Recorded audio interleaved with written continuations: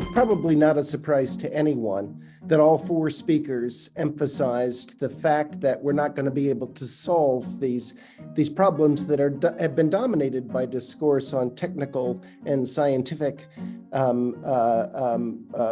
technical and scientific approaches without understanding the human dimensions and bringing in more information from the social sciences. Derek talked about the need to build human trust when you're combating dengue in Brazil. Judith's entire presentation was about information that is known, that could have been used to make much better decisions, and that wasn't somehow incorporated because our institutions aren't built to incorporate it. The examples came, for instance, from avian flu in Zaire, I believe it was.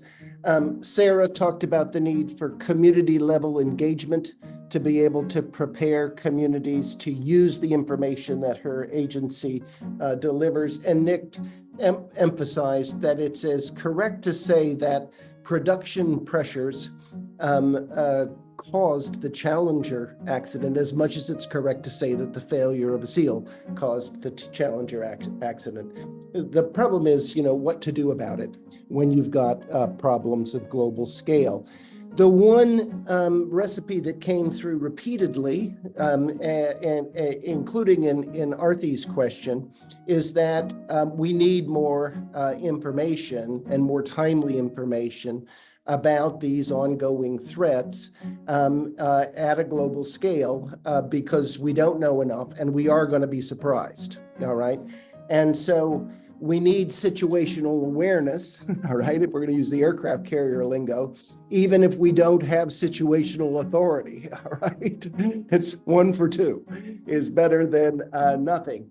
And so Derek showed that in his serological screening that showed Zika epidemics that had been, that were otherwise undetectable until at least birth defects sadly occurred.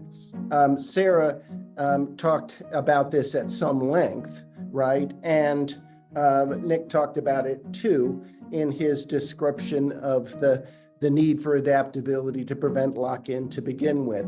So I found all this to be really fascinating, and particularly the discussion of situational awareness, situational authority, and adaptability, although I'm not sure how to translate that into any global institutions. I don't know where you would get the kind of situational authority you need in a global institution, right?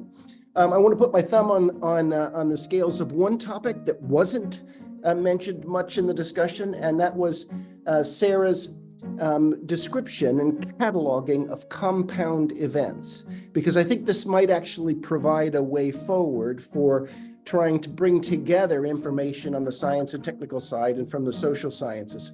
She showed compound events that are already occurring that include epidemics and also include climatic events. And, there's a lot of science that could be done here now. We could begin to estimate probabilities of these sorts of things. We could begin to do a lot more scenario planning and perhaps build the capacity to estimate, analyze, and prepare for better than we have today. So compound events is a phrase I'd like to leave in your heads. And with that said, my summary, such as it is over.